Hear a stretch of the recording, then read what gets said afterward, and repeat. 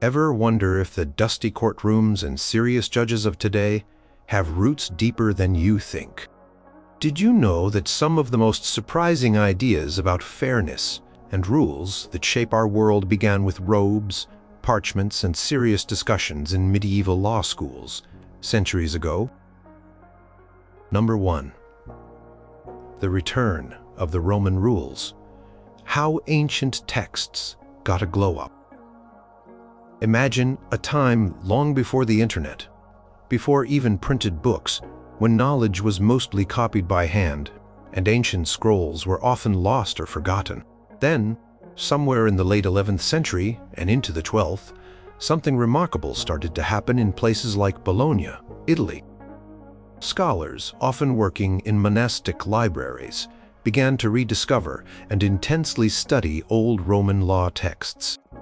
These were not just any old writings. These were the massive collections compiled under the Roman Emperor Justinian in the 6th century, collectively known as the Corpus Juris Civilis. It was a treasure trove of legal thinking, arguments, and decisions from an empire that had vanished but left its intellectual footprint. Before this rediscovery, law in much of Europe was a messy patchwork. There were local customs, feudal rules tied to land and loyalty. And often, the king's word was the final say. Sometimes influenced by religious decrees, justice could feel very personal, even arbitrary. A powerful lord might decide a case based on his mood or his personal connections. The concept of a universal reasoned system of law, applicable across different regions, was mostly a distant memory from Rome's peak. When the Corpus Juris Civilis resurfaced, it was like finding a forgotten blueprint for an advanced civilization. It contained not just laws, but also detailed discussions by Roman jurists, their commentaries, and even records of real-life cases. This wasn't just a list of rules. It was a demonstration of systematic legal reasoning. It showed how to define terms, how to categorize different types of disputes, how to apply general principles to specific situations, and how to arrive at a reasoned judgment. The initial reaction from these medieval scholars was one of profound awe and intense academic curiosity. They didn't just read these texts, they devoured them. They started to write notes, called glosses, in the margins of these huge manuscripts. These glosses were not just simple explanations. They were detailed analyses, cross-references, and attempts to reconcile seemingly contradictory passages. A scholar named Irnerius, often called the Lantern of the Law, taught in Bologna around 1100 and became a central figure in this movement. He and his students would meticulously dissect the Roman texts, word by word, sentence by sentence. They sought to understand the original meaning, to grasp the logic behind the Roman legal mind. This wasn't about blindly copying Roman laws into medieval society. Medieval life was vastly different from ancient Rome. The economy was agrarian, not urban. Political structures were fragmented into kingdoms and feudal domains, not a unified empire. But what the medieval scholars saw in the Corpus Juris Civilis was a method. They saw a way to think about law that was rational, comprehensive, and potentially applicable to any set of societal rules. They learned to think about contracts, property, inheritance, and criminal acts not as isolated events, but as parts of a larger interconnected system. Students would gather in crowded lecture halls, listening intently as their masters read aloud from the ancient texts, pausing to explain the nuances, to debate the implications, to connect one passage to another. These early legal academics didn't just teach the laws. They taught how to think like a lawyer. They introduced the idea that law could be a sophisticated intellectual discipline, not just a practical craft or a divine command. They developed tools of interpretation, of argumentation, of systematic classification. They learned how to identify legal problems, how to sift through facts, how to apply general rules, and how to construct a coherent legal argument. The influence of these rediscovered Roman texts was gradual but pervasive. As scholars graduated from these early law schools, they took this new way of thinking with them. They became advisors to kings and princes, judges in nascent court systems, and scribes who drafted charters and treaties. They started to apply the methodical approach they learned from the Romans to their own existing local laws, customs, and church laws, known as canon law. They began to organize these disparate rules into more coherent systems, looking for underlying principles, attempting to eliminate contradictions, and striving for greater consistency. The very language of law began to change, incorporating Latin terms and concepts that came directly from the Roman sources. It was the start of a profound shift from a world where law was often unwritten and unpredictable to one where it was increasingly seen as a body of reasoned knowledge, a subject worthy of serious study and rigorous application. Number 2. Brainy buildings. When law schools became their own thing. Before the medieval period really got going, learning was largely centered in monasteries or attached to cathedrals. If you wanted to study something serious like theology or philosophy, you usually found a cloistered community. But around the 12th century, a new kind of institution began to emerge, particularly in Europe, the university. And at the heart of many of these fledgling universities, law departments quickly became prominent, sometimes even dominating the entire institution. Bologna is a prime example. While it started with scholars like Irnerius teaching independently, it quickly evolved into a recognized center for legal studies. Students from all over Europe, from England to Germany, from Spain to the Nordic lands, traveled to Bologna specifically to learn law. They weren't just attending lectures, they were joining a vibrant academic community where the study of law was the main event. These students, often older than typical university students today, were serious about their careers. They knew that mastering Roman law and the emerging canon law could lead to powerful positions in the church, in royal administrations, or as advisors to wealthy merchants and landowners. What made these brainy buildings, these new law schools, so special? They offered a structured curriculum. It wasn't just one master teaching his few apprentices. There were multiple masters, each specializing in different aspects of law or offering different interpretations. Students would attend lectures, engage in disputations or formal debates, and slowly work their way through a demanding course of study. They didn't just memorize rules, they were trained to analyze, to argue, and to apply legal principles. The degrees they earned, like the Bachelor of Laws or the Doctor of Laws, were formal recognition of their rigorous training and demonstrated expertise. These law schools became intellectual powerhouses.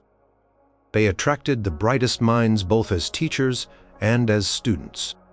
The very act of gathering so many legal scholars in one place created a fertile ground for innovation. Debates where common new interpretations of old texts emerged, and the collective intellectual energy pushed the boundaries of legal thought.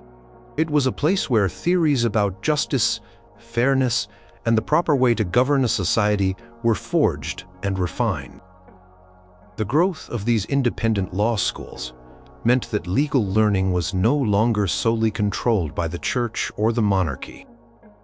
While many canon lawyers were trained in these schools, and many civil lawyers ended up serving kings, the very existence of an independent academic institution dedicated to law gave the discipline its own autonomy.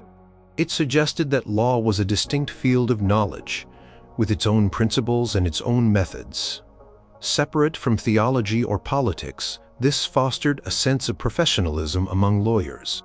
They weren't just clerks, they were learned experts, trained in a specialized body of knowledge. Curriculum often focused on two main branches: civil law, based on the Roman Corpus Juris Civilis, and canon law, the law of the Catholic Church. Students would study both, recognizing that a full understanding of medieval society required knowledge of both secular and ecclesiastical rules. Canon law, for example, developed its own sophisticated procedural rules for church courts, which dealt with matters like marriage, wills, and oaths, and often had jurisdiction over a vast array of common disputes involving Christians. The legal thinking that developed in canon law often mirrored the systematic approach found in Roman civil law, leading to cross-pollination of ideas and methods. Students at these early law schools faced an intense workload. They spent countless hours listening to lectures, copying texts, and engaging in demanding intellectual exercises. They learned how to write legal documents, how to structure arguments, and how to present cases. The pedagogical methods, though different from today, were designed to produce highly skilled legal practitioners and scholars. This intensive, focused training meant that graduates emerged not just with knowledge, but with a disciplined legal mind. They were ready to tackle complex legal problems, to advise powerful figures, and to administer justice in increasingly sophisticated ways. The idea that you needed to go to a specialized institution, a university, to become a truly qualified legal professional took firm root during this time. Number 3, the rise of the legal nerd. Why you needed a pro, not just a priest. For a long time in many European societies, if you had a dispute or needed a legal opinion, you might turn to a local priest, a wise elder, or even a local lord. These individuals might have some practical knowledge of local customs or religious decrees, but they weren't necessarily trained in a systematic body of law. The idea of a dedicated, professional class of people whose sole job was to understand, interpret, and apply law was not widely established. This began to shift profoundly with the advent of medieval law schools and the renewed study of Roman law. As the Corpus Juris Civilis became the subject of intense academic study, and as universities started churning out graduates with formal legal degrees, a new kind of individual emerged, the professional lawyer or jurist, as they were often called. These were not just scribes or administrators. They were experts in a complex, specialized field of knowledge. They had spent years mastering the intricate rules of Roman law, the nuances of canon law, and the developing practices of royal courts. They understood the subtle distinctions between different types of property, the specific requirements for valid contracts, and the various forms of legal remedies. Kings and powerful rulers quickly realized the value of these legal nerds. A ruler might have a strong army, but administering a kingdom effectively required more than just military might. It required a coherent legal system, capable of resolving disputes, enforcing agreements, and maintaining order. Who better to help build and manage such a system than someone who had spent years studying the most sophisticated legal framework known to the Western world? These jurists became indispensable advisors to monarchs, helping them draft legislation, design court procedures, and formulate policies that were both effective and legally sound.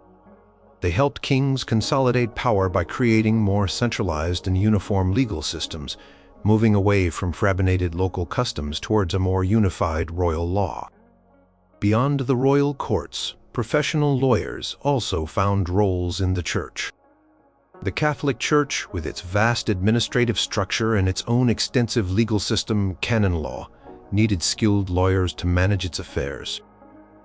They served as judges in church courts, which handled everything from marriage annulments to disputes over church property.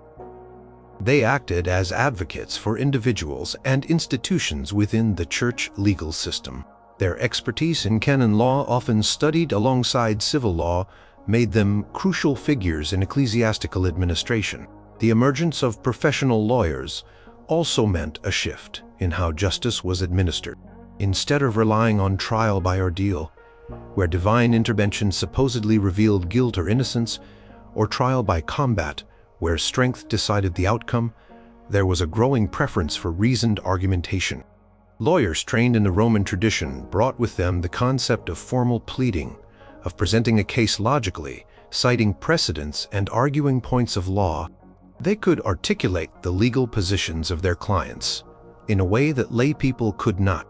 This led to a more sophisticated and less arbitrary system of dispute resolution. These legal professionals were often seen as highly educated and respected members of society. They wore distinctive robes, signifying their learned status. They earned significant fees for their services, reflecting the value placed on their specialized knowledge. The very existence of this class of individuals elevated the practice of law from a simple craft to a respected profession. It meant that seeking justice was no longer just about pleading your case to a local baron. It was about navigating a structured legal system, often with the help of a trained expert. The legal nerd became a vital component of medieval society, laying the groundwork for the modern legal profession and the idea that intricate legal matters require specialized training and dedicated expertise. Number 4. The case for the books. Writing down the rules and sticking to them. For centuries, much of the law in Europe was unwritten. It existed as custom passed down orally from generation to generation, or it was based on the personal decisions of rulers or local lords. This meant that what was considered lawful could vary significantly from one village to the next, or even change depending on who was in power. There was little consistency, and predictability was often low.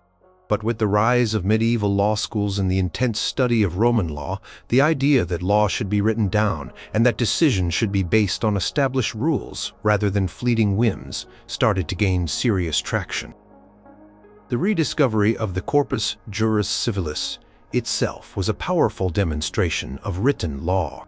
It was a massive, organized collection of legal texts compiled over centuries. Studying these texts instilled in medieval jurists a deep appreciation for the power and stability of written rules. They saw how a written code could provide clarity, prevent arbitrary decisions, and create a sense of continuity. They learned to value the exact wording of a statute, the precise definitions of legal terms, and the systematic organization of legal principles. As these scholars began to teach and practice law, they started to apply this emphasis on written law to their own societies. They encouraged rulers to codify their laws, to put them down on parchment in a clear and organized manner. Royal decrees and charters began to be meticulously recorded. Customary laws that had previously been only oral tradition were increasingly written down in local legal handbooks or customaries. This wasn't just about making things neat, it was about making law more accessible, more transparent, and more durable. Once a law was written, it was harder to dispute its existence or its content. It became a fixed point of reference, a standard against which actions could be judged. Beyond simply writing down the rules, medieval jurists also developed the idea of precedent. While it wasn't the same concept as stare decisis in common law systems today, where judges are strictly bound by previous rulings, there was a growing understanding that past decisions, especially those made by respected courts or wise jurists, carried significant weight. When a difficult case arose, a lawyer or judge might look to similar cases from the past or to the commentaries of renowned scholars to find guidance. They would refer to glosses and commentaries written by previous legal masters, treating these as authoritative interpretations of the law. This meant that legal arguments became less about personal appeals and more about citing established authority. A lawyer wouldn't just say, "My client is innocent because I think so." Instead, they would argue, "My client is innocent because, according to the principles laid down in Roman law concerning contracts, or as interpreted by Master A in his gloss on Digest Title the 10th, the conditions for culpability are not met." This practice of looking back, of referring to established texts and previous interpretations, gave the legal system a sense of stability and predictability. It meant that similar cases, ideally, would be treated in similar ways, promoting fairness and consistency. The very act of writing down laws and recording legal judgments also fostered the development of legal literature. Jurists wrote treatises, commentaries, and collections of model legal documents. These books became essential tools for legal education and practice. They allowed legal knowledge to be preserved, disseminated, and built upon across generations. A student in a distant part of Europe could read the interpretations of a master in Bologna through a copied manuscript, ensuring that legal scholarship was not confined to a single location. This dedication to written law, to its careful formulation, preservation, and interpretation through established texts, laid the foundational groundwork for modern legal systems where written statutes, codes, and case law form the bedrock of justice. Number 5. Fair play. Quest for what's right, not just what's written law, can sometimes feel rigid, a set of cold, hard rules that, when applied strictly, might lead to an outcome that seems unfair or even absurd in a particular situation. Medieval jurists, steeped in the strict logic of Roman law and the moral considerations of canon law, grappled with this problem. They recognized that sometimes a strict application of the letter of the law might not achieve true justice. This led to the development and emphasis on the concept of equity. Equity, in its simplest sense, was about fairness, about doing what was just and right even if it meant bending or softening the strict application of a general rule. The Roman legal tradition itself had recognized this idea. Roman jurists often distinguished between ius strictum, strict law, and aequitas, equity. They understood that legal principles, while necessary for order, could not cover every conceivable human situation perfectly. Sometimes, a rigid adherence to a rule could lead to an outcome that was clearly against the spirit of the law, or against common notions of decency and justice.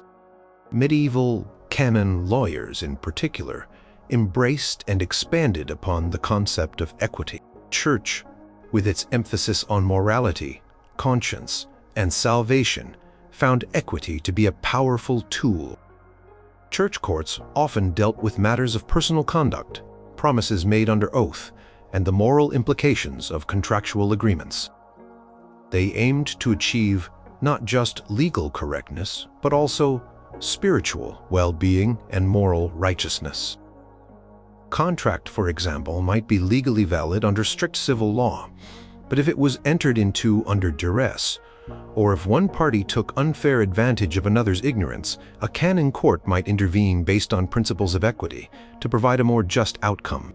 They might prioritize the intention of the parties over the exact words written, or seek to correct an imbalance that arose from a rigid application of the rule.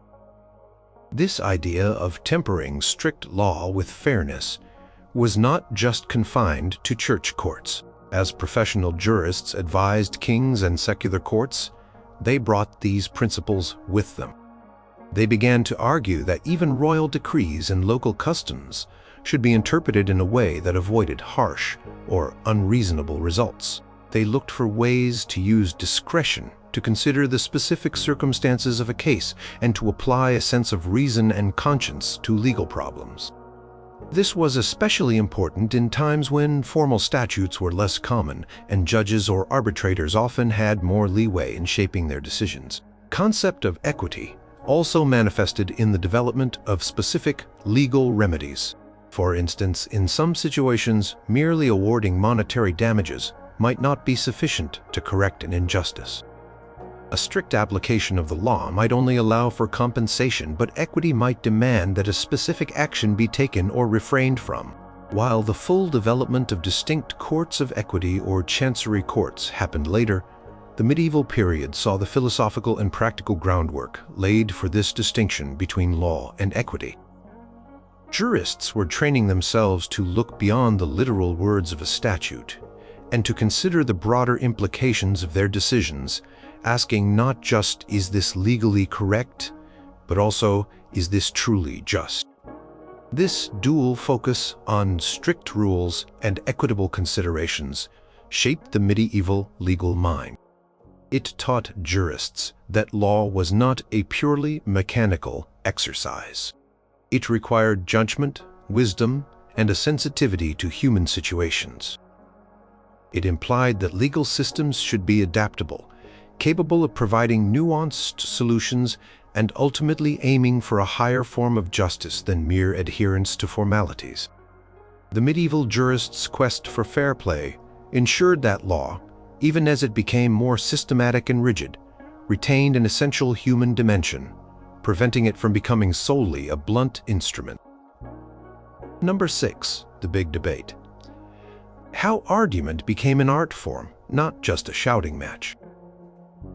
Before medieval law schools really got going, legal disputes often revolved around very different methods of resolution. There were trials by ordeal, where someone might have to grasp a hot iron or be thrown into water to prove their innocence, relying on supposed divine intervention. There were trials by combat, where the strongest or most skilled fighter won the day. These methods were less about reasoned argument and more about physical or spiritual strength. The medieval law schools, with their emphasis on Roman law and their rigorous academic training, revolutionized how legal disputes were approached, turning argument into a sophisticated intellectual art form. The Roman legal tradition itself provided a powerful model. Roman jurists were masters of rhetoric and logic. Their writings in the Corpus Juris Civilis showed how to construct intricate legal arguments, how to identify the core issues in a dispute, how to present evidence in a structured way, and how to counter opposing claims. They demonstrated the importance of precise language, clear definitions, and logical deduction. Medieval scholars immersed themselves in these texts, not just to learn the rules, but to learn the method of legal reasoning. In the medieval law schools, students didn't just passively absorb information, they actively participated in disputations. These were formal debates, often held publicly, where students would argue both sides of a hypothetical legal case. One student might argue for the plaintiff, citing relevant laws and principles, while another would argue for the defendant, attempting to refute the first student's points and present counter-arguments. A master would preside, guiding the discussion and offering critiques. These disputations were intense intellectual workouts. They forced students to think on their feet, to organize their thoughts logically, to anticipate counter-arguments, and to articulate complex legal ideas clearly and persuasively. This training in formal argumentation extended beyond the classroom into actual courtrooms. As professional lawyers emerged, they brought these skills with them. They learned to draft formal legal documents, such as pleadings and petitions, which laid out their clients' cases in a structured manner, citing relevant laws and facts. In court, they would present their arguments orally, engaging in a dialogue with the judge and the opposing counsel. This was a far cry from the chaotic and often emotional exchanges that might have characterized earlier forms of dispute resolution. The emphasis on reasoned argument also led to the development of legal procedure. Jurists started to think systematically about how a case should progress from the initial complaint to the presentation of evidence to the final judgment.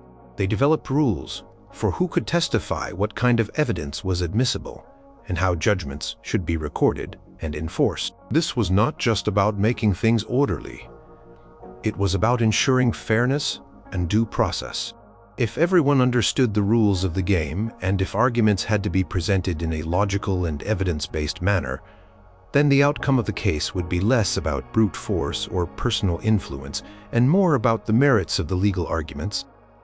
Furthermore, the study of canon law also contributed significantly to this development. The church courts, which handled a vast array of matters from marriage to property disputes, developed highly sophisticated procedural rules. These rules, often inspired by Roman law, provided a framework for formal investigations, the collection of sworn testimony, and the presentation of evidence. The detailed processes for appeals, for instance, became a hallmark of canon law and influenced secular legal systems. The idea that a decision could be challenged, reviewed by a higher authority, and potentially overturned based on legal error or insufficient evidence was solidified through these systems. This intellectual shift from trials by ordeal to trials by argument was monumental. It meant that justice was increasingly seen as a product of careful deliberation, logical reasoning, and the weighing of evidence and legal principles.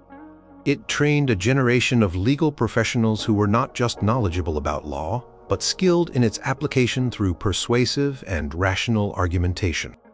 The big debate in medieval law schools transformed how disputes were settled, laying the groundwork for the adversarial legal systems and structured courtroom procedures that are central to modern justice.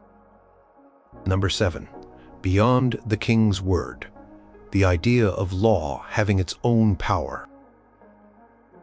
In many early societies, the law was often seen as synonymous with the will of the ruler, the king or emperor decreed, and that was the law. Or perhaps it was seen as derived directly from divine command, interpreted by religious authorities. There was little concept of law as an independent entity, a systematic body of rules that existed apart from the individual who happened to be in power, or even above the momentary dictates of fate.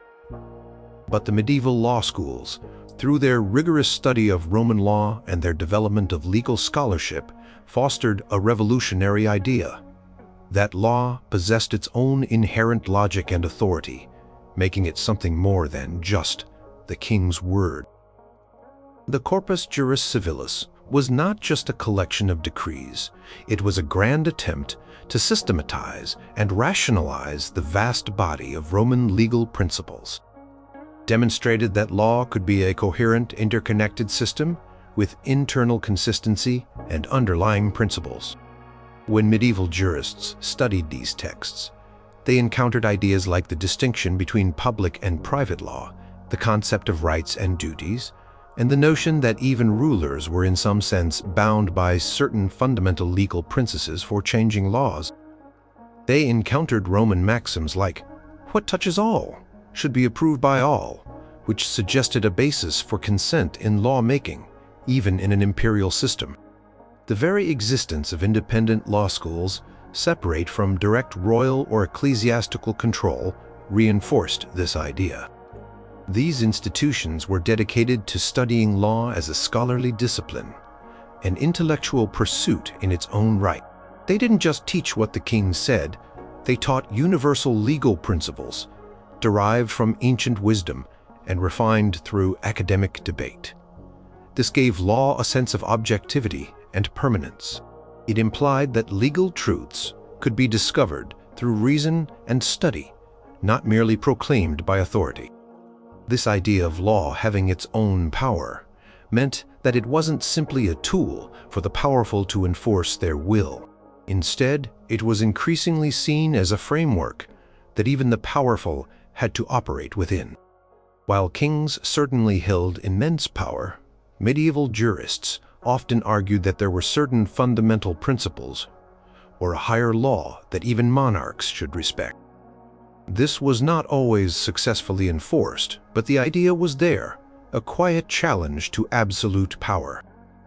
For instance, the concept of natural law, deeply rooted in both Roman and Christian thought and explored by medieval jurists, posited that there were universal moral principles that transcended human legislation.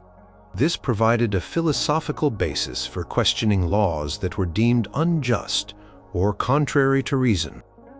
Furthermore, the development of sophisticated legal procedures meant that even if a king wanted to take someone's land or punish them, he ideally had to do so through established legal channels.